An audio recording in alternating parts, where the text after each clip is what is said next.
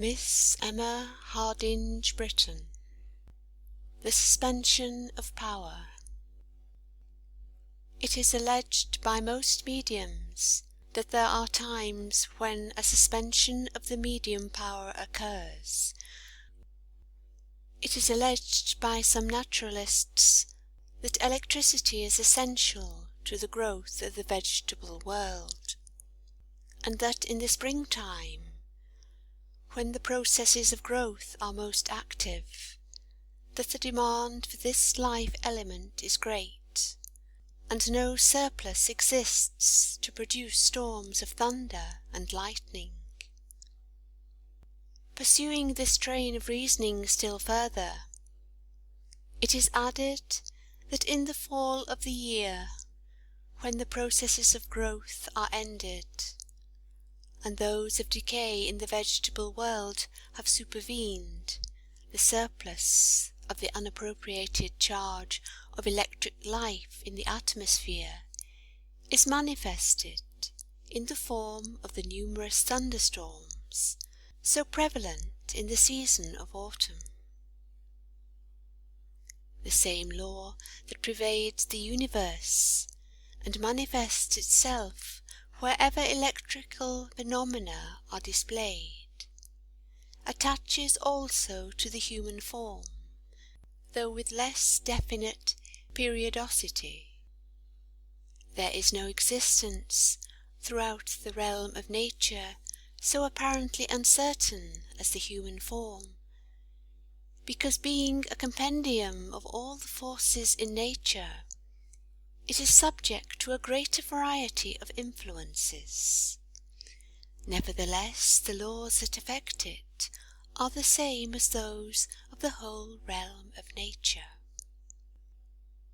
It is in the absence of a surplus amount of the electrical force that medium power is ever suspended. It is when there is an excess of this force that medium power is in operation. Those persons who possess by nature great excess of electrical force are never subject to the total suspension of mediumistic power, however much the degree of that force may vary.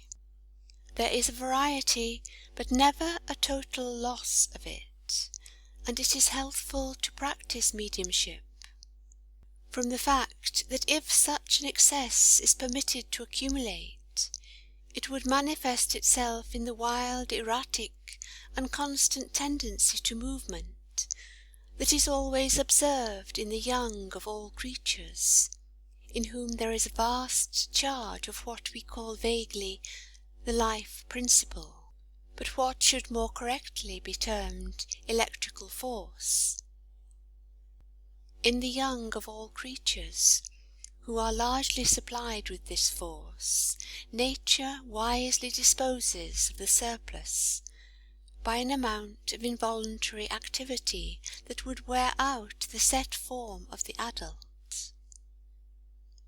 In conditions of suffering and disease also, you will find that persons who have manifested no medium power while enjoying the full play of health are frequently the subjects of clairvoyance and mesmeric phenomena, such as trance vision dreams, somnambulism, and other phases of spiritualistic and mediumistic power.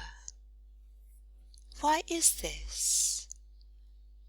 Not because the abnormal condition of disease is absolutely more favourable to the mediumistic development than the normal state of health, but because the life principle, which should be concentrated and distributed equally throughout the system, is too rapidly parted with from the very face of disease, and because the system has not a sufficiently concentrative force to retain it.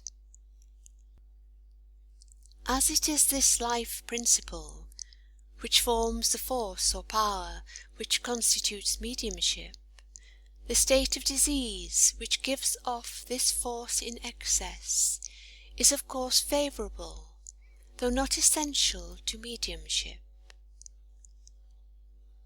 Now all the varieties which appear in mediumistic powers result from changes in the organism and the action of physical laws, producing varieties of physical states.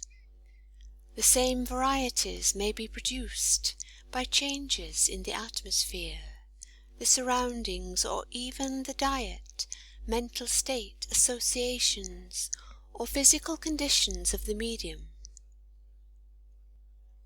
We can lay down no precise analysis of conditions favourable or otherwise for mediumistic phenomena, from the fact that everything which affects the medium affects the power and the change is the genius of life and temperament.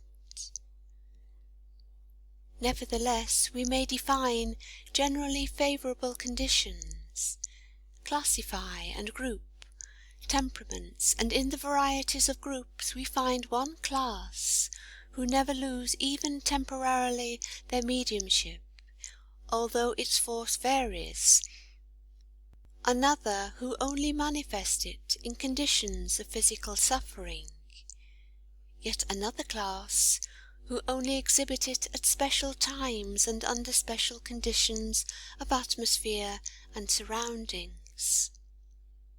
There is a science in the production of all mediumistic manifestations, the study of which can alone render the erratic nature of the phenomena comprehensible.